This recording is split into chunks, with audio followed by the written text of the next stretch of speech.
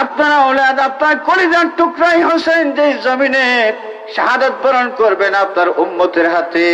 ইয়া রাসূলুল্লাহ, ইয়া হাবিবাল্লাহ, এই সেই জমিনের মাটি।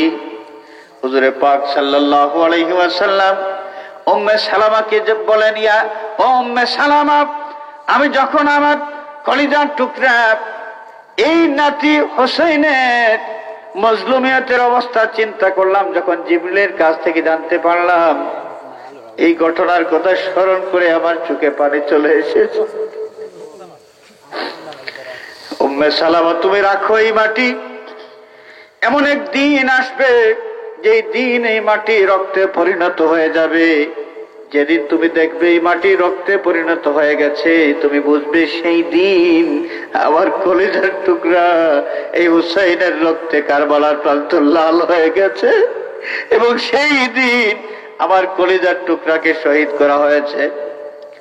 আরেকটা riwayat-এর মধ্যে এসেছে, হযরতে উম্মে সালামা রাদিয়াল্লাহু তাআলা আনহা মদিনার বাসিন্দা ছিলেন, মদিনা শরীফ থাকতেন।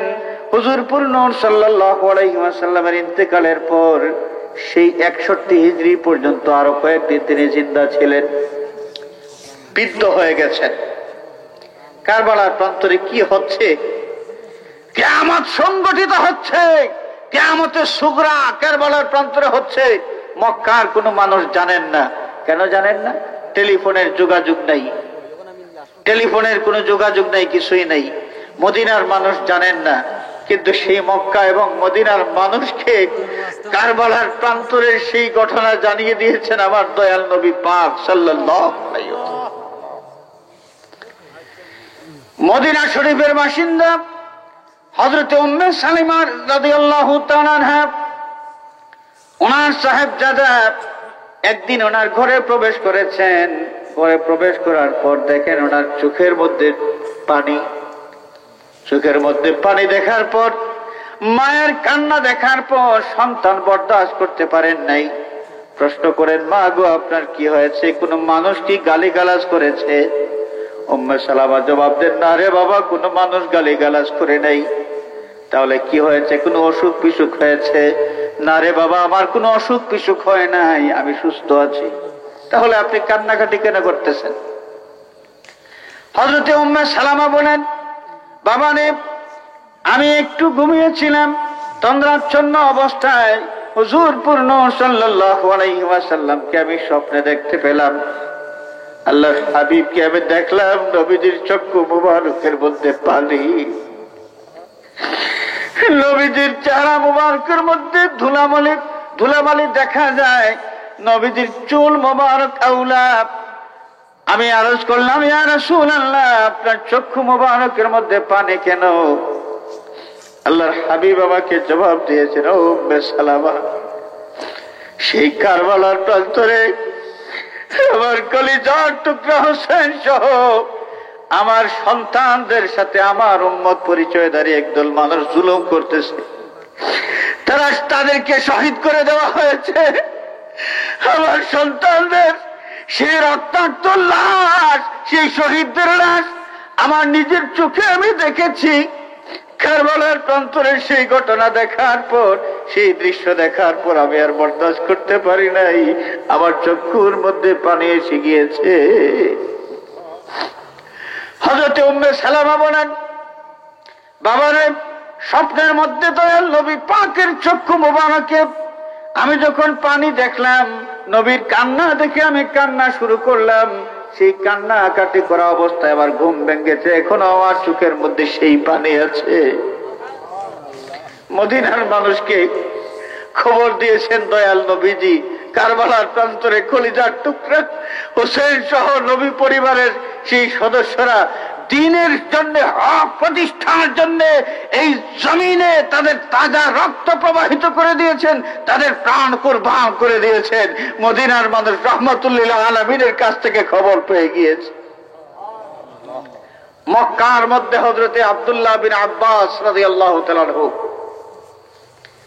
আব্দুল্লাহ বিন আব্বাস স্বপ্ন দেখেন ঠিক একই ভাবে।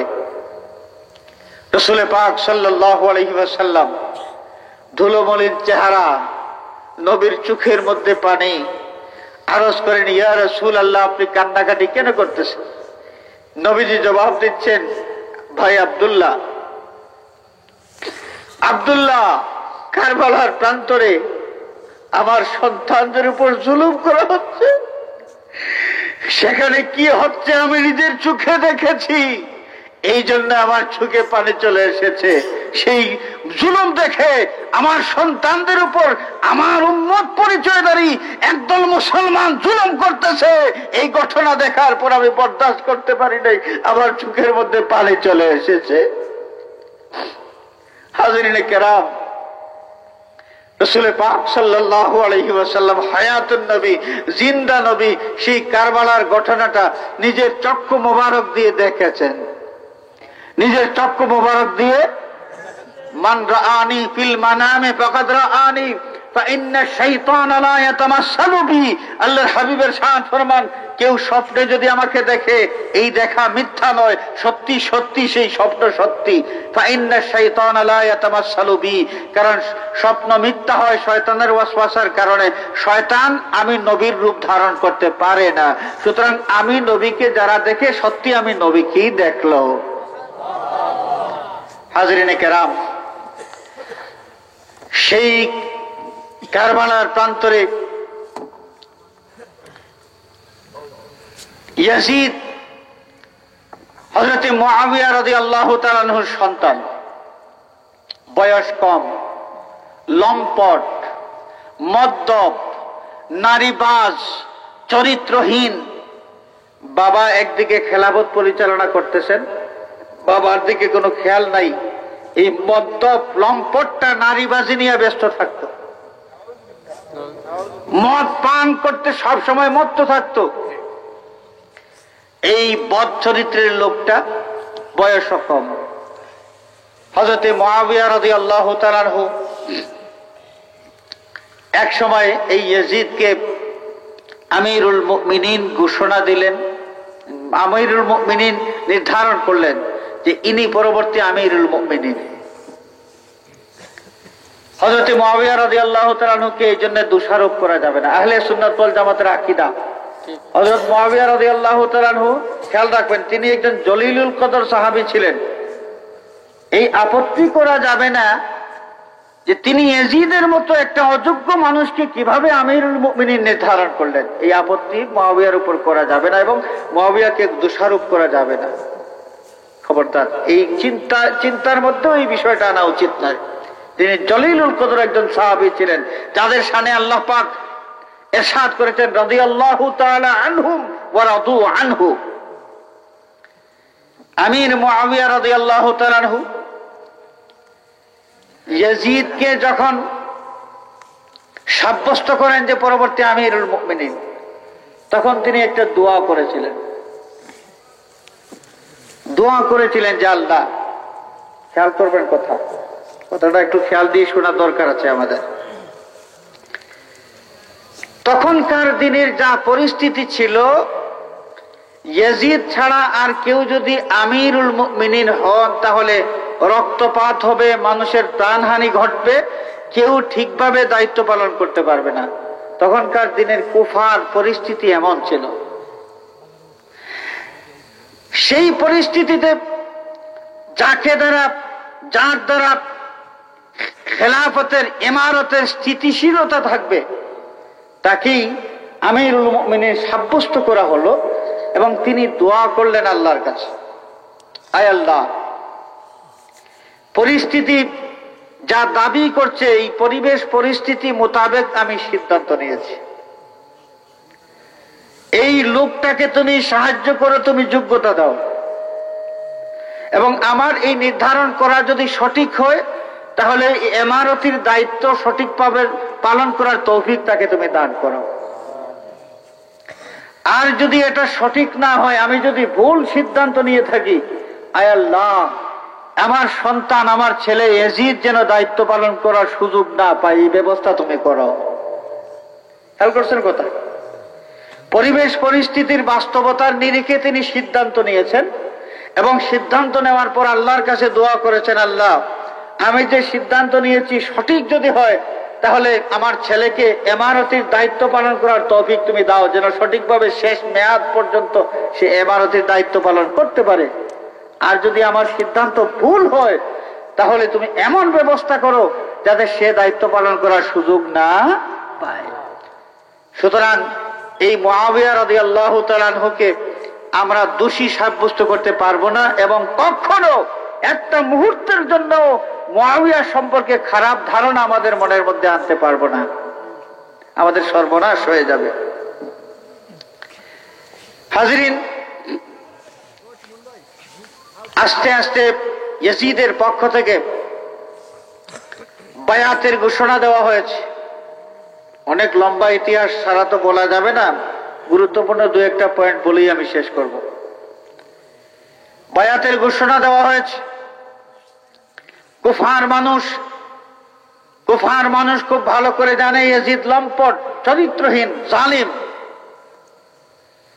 কুফার মধ্যে বিদ্রোহ শুরু হয়ে গেছে। মক্কার মধ্যে ইয়াজিদের পয়গাম এসেছে, ইয়াজিদের হাতে বায়াত গ্রহণ করার জন্য বিদ্রোহ শুরু হয়ে গেছে। মদিনা শরীফ পয়গাম এসেছে, মদিনা শরীফ বিদ্রোহ শুরু হয়ে গেছে। ইয়াজিদের মতো লম্পট, কম বয়স্ক লম্পটের হাতে আমরা বায়াত কখনো গ্রহণ করতে পারবো না। তুলপাড় শুরু হয়ে গেছে মুসলমানদের মধ্যে। হাজরিন, নবীর কলিজার টুকরা হযরতে হুসাইন রাদিয়াল্লাহু তাআলা আনহুর কাছে পয়গাম, খবর এসেছে যে আপনার নানা জানের মিল্লাত এই মুসলমানদেরকে আপনি রক্ষা করুন। এই মুসলমানদেরকে রক্ষা করার মতো আপনি ছাড়া আর কেউ নন, আর কারো পক্ষে মুসলমানের এই আগুন ঠান্ডা করার কোনো ক্ষমতা নাই। মেহেরবানি করে আপনি কুফায় আসুন, আমরা ইয়াজিদের হাতে বায়াত গ্রহণ করব না, কুফাবাসী আপনার হাতে বায়াত গ্রহণ করতে চায়। নবীর উম্মতকে রক্ষা করতে হবে, উম্মতের ফিতনা দূর করতে হবে, উম্মতের আগুন ঠান্ডা করতে হবে। হযরতে হুসাইন রাদিয়াল্লাহু তাআলা আনহু আর কোনো দিক চিন্তা করেন নাই, উম্মতকে রক্ষা করার জন্য রওনা দিয়েছেন। মদিনা শরীফ থেকে মক্কায় গিয়েছে। মক্কায় যাওয়ার পরে হযরতে আব্দুল্লাহ বিন আব্বাস রাদিয়াল্লাহু তাআলা আনহুকে বললেন যে এই অবস্থা, কুফার থেকে খবর এসেছে, আমি যেন কুফায় যাই, মানুষ আমার হাতে বায়াত গ্রহণ করতে চায়, ইয়াজিদকে কেউ আমিরুল মুমিনিন হিসেবে দেখতে চায় না। হযরত আব্দুল্লাহ বিন আব্বাস রাদিয়াল্লাহু তাআলা আনহু তখন বলেছিলেন যে আপনার বাবার সাথে এই কুফার মানুষ ভালো আচরণ করে নাই, আপনার বাবার সাথেও এই কুফার মানুষ ভালো আচরণ করে নাই, এরা গাদ্দারি করেছে। আমার ভয় হয় এরা আপনার সাথেও গাদ্দারি করতে পারে। সুতরাং আপনি যদি আমার অভিমত জানতে চান তাহলে আমি আপনাকে নিষেধ করব। আমি আপনাকে মিনতি জানাই, মেহেরবানি করে কুফায় যাওয়ার সিদ্ধান্ত আপনি নেবেন না। হযরত আব্দুর রহমান বিন আবু বকর রাদিয়াল্লাহু তাআলা আনহুর কাছে পরামর্শ চাওয়া হলো কি করা যায়। তিনি একই জবাব দিয়েছেন, যারা কুফায় আপনি এইভাবে যাবেন আমরা চাই না। কারণ কুফার মানুষ তারা কেমন, কোন সময় কোন সিদ্ধান্ত নেয়, যারা আপনাকে দাওয়াত দিয়ে নিচ্ছে সেখানে যাওয়ার পরে আপনি তাদেরকে কতটুকু আপনার সাহায্যকারী পাবেন আমরা বুঝে উঠতে পারতেছি না। সুতরাং এখনই তাড়াহুড়া করার দরকার নেই, কুফার পরিস্থিতি একটু আন্দাজ করুন। ঠিক আছে, আমি অপেক্ষা করব, আমি অপেক্ষা করব। হযরতে হুসাইন রাদিয়াল্লাহু তাআলা আনহু থামলেন, মক্কা শরীফ থামলেন। কুফায় যাওয়ার উদ্দেশ্যে মদিনা শরীফ থেকে মক্কায় গিয়েছেন। সাহাবায়ে কেরামের অনুরোধে মক্কা শরীফ তিনি থামলেন এবং কুফার পরিস্থিতি কেমন আন্দাজ করার জন্য হযরতে মুসলিম বিন আকিল রাদিয়াল্লাহু তাআলা আনহুকে প্রেরণ করা হলো। মুসলিম বিন আকিল বললেন যে আপনি যাওয়ার দরকার নাই, আমি যাই, কুফায় যাইয়া আপনার প্রতিনিধি হিসেবে আমি যাব এবং আপনার পক্ষ থেকে আমি আপনার নামে বায়াত গ্রহণ করব।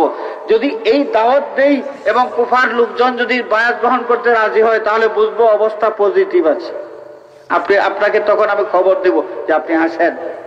যদি তারা রাজি না হয় তখন আমি খবর দিব যে না, আপনি আসার দরকার নাই এবং আমিও চলে আসবো। মুসলিম বিন আকিল গিয়েছেন কুফায়। হুসাইনের পক্ষ থেকে বায়াত গ্রহণ করানো হচ্ছে। দলে দলে কুফার অধিবাসী মুসলিম বিন আকিলের হাতে বায়াত গ্রহণ করতেছে। এই সংবাদটা ইয়াজিদের কাছে গিয়েছে। ইয়াজিদ আব্দুল্লাহ বিন জিয়াদকে, মাঝখানে অনেক ঘটনা আছে, আব্দুল্লাহ বিন জিয়াদকে কুফার দায়িত্ব দেওয়া হয়েছে, কুফার গভর্নর বানিয়ে দেওয়া হয়েছে এবং তাকে দায়িত্ব দিয়েছে যে মুসলিম বিন আকিল, যে লোকটা কুফায় এসেছে বিদ্রোহী সেজে ইয়াজিদের হাতে বায়াত গ্রহণ না করে হুসাইনের নামে মানুষের বায়াত নিচ্ছে, এই লোকটাকে পাকড়াও করো এবং আমার কাছে নিয়ে আসো। মুসলিম বিন আকিল একটা বাড়িতে থাকতেন, সেই বাড়ির লোকজন আহলে বাইতুন নবীকে মহব্বত করতে, সুবহানাল্লাহ। হুসাইনের নামে সেখানে বায়াত গ্রহণ করা হচ্ছে। যখন মুসলিম বিন আকিলকে বন্দী করার, পাকড়াও করার হুকুম দেওয়া হলো, তখন মুসলিম বিন আকিল আত্মগোপন করলেন। মাঝখানে লম্বা অনেক ঘটনা আছে। শেষ তক মুসলিম বিন আকিল সিদ্ধান্ত নিলেন যে আমি আব্দুল্লাহ বিন জিয়াদ, ইয়াজিদের গভর্নর, সেই গভর্নরের সাথে কথা বলবো, সেই গভর্নরের সাথে আমি কথা বলতে চাই। মুসলিম বিন আকিল যখন রওনা দিয়েছেন, তার সাথে প্রায় 4000 কুফাবাসী, হাজার হাজার মানুষ গভর্নরের বাসভবনের দিকে রওনা দিয়েছেন। এই সংবাদটা প্রচার হয়ে যাওয়ার সাথে সাথে ইয়াজিদ, আব্দুল্লাহ বিন জিয়াদ, ইয়াজিদের গভর্নর, ঘরের ভিতরে প্রবেশ করে আত্মগোপন করে দরজা জানালা বন্ধ করে দিয়েছে। মুসলিম বিন আকিল সেখানে গিয়েছেন, গভর্নরের বাসভবনের সামনে অবস্থান করেছেন, সাথীদেরকে নিয়ে নামাজ আদায় করেছেন। আসরের নামাজ পড়া হয়েছে, কয়েক হাজার মানুষ মুসলিম বিন আকিলের পিছনে। আসরের নামাজ শেষ হয়ে যাওয়ার পরে ভিতর থেকে সেই চতুর আব্দুল্লাহ বিন জিয়াদ কৌশল করা শুরু করলো যে কুফার মানুষ যারা মুসলিম বিন আকিলের পিছনে আছে এদেরকে সরায় দিতে হবে। কৌশল করে তার বাহিনীর কিছু নারী, কিছু পুরুষ, যাকে যেভাবে ম্যানেজ করা যায়, মুসলিম বিন আকিলের সাথে কুফাবাসী যারা আছে তাদের কাছে প্রেরণ করে দেওয়া হয়েছে। নারী গিয়ে তার স্বামীকে বলতেছে, স্বামী আপনি চলে আসেন, আপনি একজন চলে আসলে মুসলিম বিন আকিলের সাথে অনেক মানুষ তো আছে, তারাই যথেষ্ট। আরেকজন মহিলা যাইয়া তার ছেলেকে বলতেছে, বাবারে তুমি চলে আসো, তুমি যদি চলে আসো তাহলে মুসলিম বিন আকিলের লোকজনের অভাব তো নাই, লোকজন তো অনেকই আছে। এইভাবে আত্মীয় স্বজন দিয়া মুসলিম বিন আকিলের সাথী যারা ছিলেন কুফাবাসী তাদেরকে আস্তে আস্তে আস্তে আস্তে এখান থেকে নিয়ে নেওয়া হলো। শেষ পর্যন্ত মাগরিবের ওয়াক্ত হলো। মুসলিম বিন আকিল মাগরিবের নামাজের ইমামতি করলেন, তার সাথে মাত্র 30 জন মানুষ ছিলেন। কয়জন? 30 জন। কেমন অবস্থা চিন্তা করেন।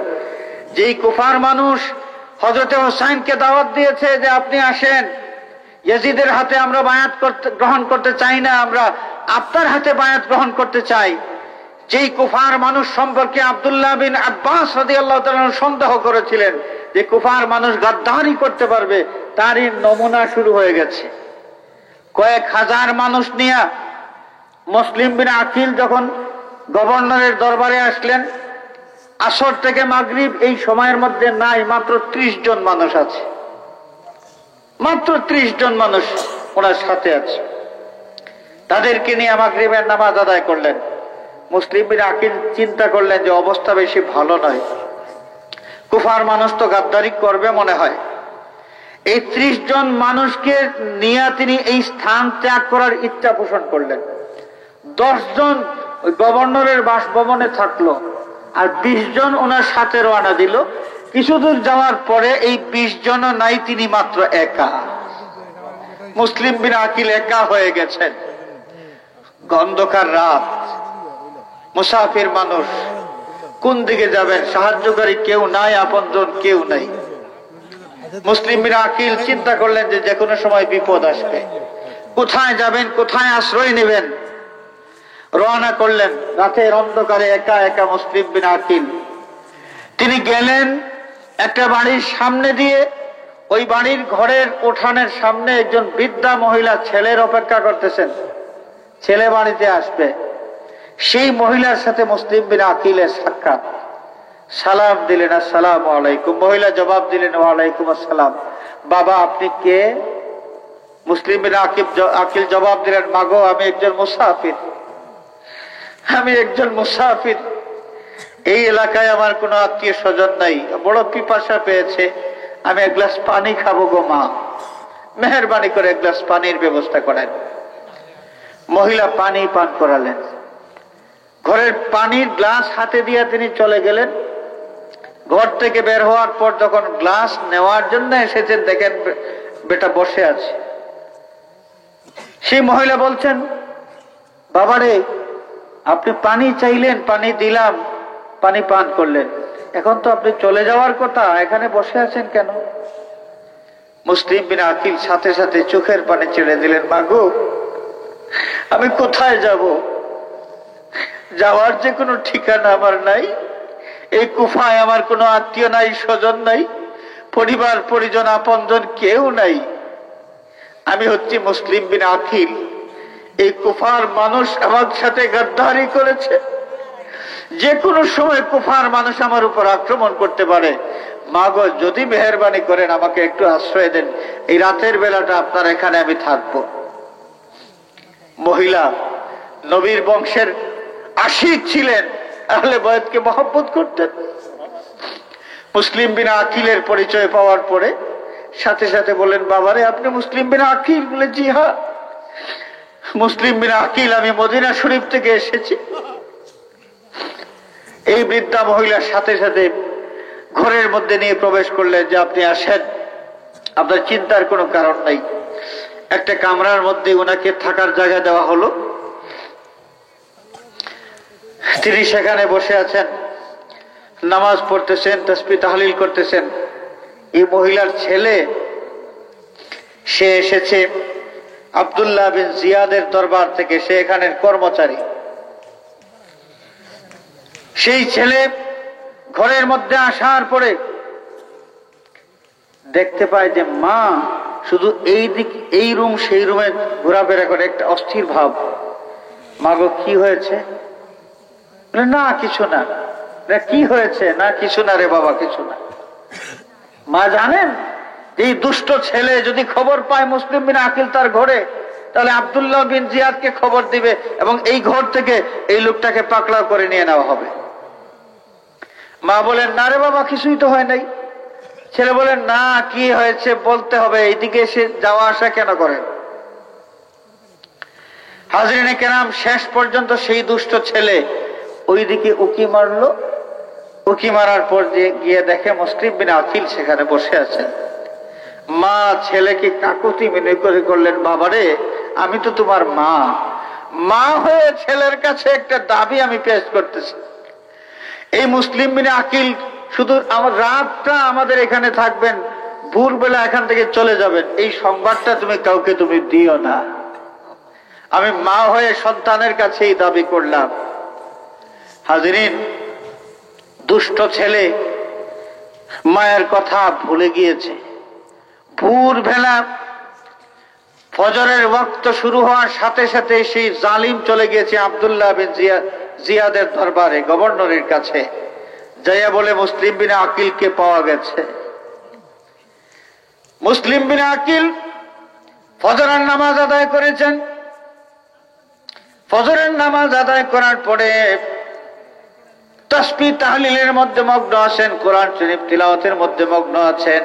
ইত্যবসরে ঘরের বাইরে অনেক আওয়াজ শুনতে পান। সেই জালিম গভর্নর আব্দুল্লাহ বিন জিয়াদ যখন সংবাদ পেয়েছে ওই বাড়িতে মুসলিম বিন আকিল আছেন, 12 জন সৈন্য দিয়া, 12 জন ঘোর সবার সৈন্য দিয়া প্রেরণ করেছে, বাড়ি ঘেরাও করো, মুসলিম বিন আকিলকে তোমরা পাকড়াও করে নিয়ে আসো। হাজরিনে কেরাম, সেই জালিমেরা যখন মুসলিম বিন আকিলকে ডাক দিয়েছে, তিনি দরজা খুলেছেন। খোলার পর যখন দেখেছেন তারা তাকে নিয়ে যাওয়ার জন্য এসেছে, তরবারি নিয়ে সেই জালিমদের উপর তিনি আক্রমণ করেছেন। একা একজন মানুষ, সেই ইয়াজিদ বাহিনী প্রথমে পিছু হটে গিয়েছে, তারপর মুসলিম বিন আকিলের উপর তীর ছুঁড়ে মারা হয়েছে। তীরের আঘাতে জখমি হয়ে তিনি দুর্বল হয়ে গেছেন। হযরতে মুসলিম বিন আকিল রাদিয়াল্লাহু তাআলা আনহুকে তারা পাকড়াও করেছে, নিয়ে গেছে আব্দুল্লাহ বিন জিয়াদ সেই জালিমের কাছে, গভর্নরের বাসভবনে। সেই মুসলিম বিন আকিল তার দুই সাহেবজাদা হযরত ইব্রাহিম এবং মুহাম্মদ দুইজনকে সাথে নিয়ে এসেছিলেন। যখন বিপদ টের পেয়েছেন, এর আগে বিচারপতি সেই কাজী সুরাইহের হাতে, সুরাইহের কাছে আমানত করেছিলেন যে ভাই, আমার দুই অবুঝ সন্তান নাবালক ওই নিষ্পাপ শিশুদেরকে আপনার হাতে আমানত রেখে যাচ্ছি, আমি ফিরে না আসার পর্যন্ত এরা যেন আপনার এখানে থাকে। মুসলিম বিন আকিল ছেলেদেরকে রেখে এসেছেন। একদিন, 2 দিন, 3 দিন হয়ে গেছে। ছোট ভাই বড় ভাইকে বলেন, ভাইজান কি হলো, বাবা কেন আসতেছেন না? মাসুম বাচ্চা দুইটা শিশু এমন একটা এলাকায় গিয়েছে যে এলাকায় পরিচিত একজন মানুষ কেউ দেখা যায় না। বাবার অপেক্ষা করেন, খাওয়া দাওয়া সব বাদ দিয়েছে। আব্বার অপেক্ষা করে, আব্বা আসবেন বা আমরা আব্বার সাথে খাওয়া দাওয়া করব। কাজী সুরাইহ এই বাচ্চাদেরকে খাবার দেন, বাবারা তোমরা খাও, তোমাদের বাবা কিছুক্ষণের মধ্যে চলে আসবে। মাসুম বাচ্চারা মুখে ভাত নেয় না, খাবার নেয় না, যে আব্বা আসলে আব্বার সাথে খাবো। আব্বা বলেছেন তিনি আবার চলে আসবেন, আমরা আব্বার অপেক্ষা করব। 1 দিন, 2 দিন, 3 দিন হয়ে গেছে। হাজরিনে কেরাম, আব্দুল্লাহ বিন জিয়াদ সেই জালিম গভর্নর মুসলিম বিন আকিলকে যখন নিল, মুসলিম বিন আকিল যখন তাদেরকে নসিহত করলেন, সে আব্দুল্লাহ বিন জিয়াদ একটাই দাবি করলো, ইয়াজিদের হাতে বায়াত গ্রহণ করতে হবে। যদি বায়াত গ্রহণ না করা হয়, মুসলিম বিন আকিল তোমার জীবন শেষ। মুসলিম বিন আকিল বললেন, অসম্ভব, কখনো না, এটা হতেই পারে না, এটা হতেই পারে না। আব্দুল্লাহ বিন জিয়াদ, তুমি শুনে রাখো, ইয়াজিদের মতো কমসিন একটা বালক, একটা জালিম, একটা অসৎ চরিত্রের মানুষ, এর হাতে কখনো বায়াত গ্রহণ করা যাবে না। অনেক কথা। শেষ পর্যন্ত যখন তিনি দেখলেন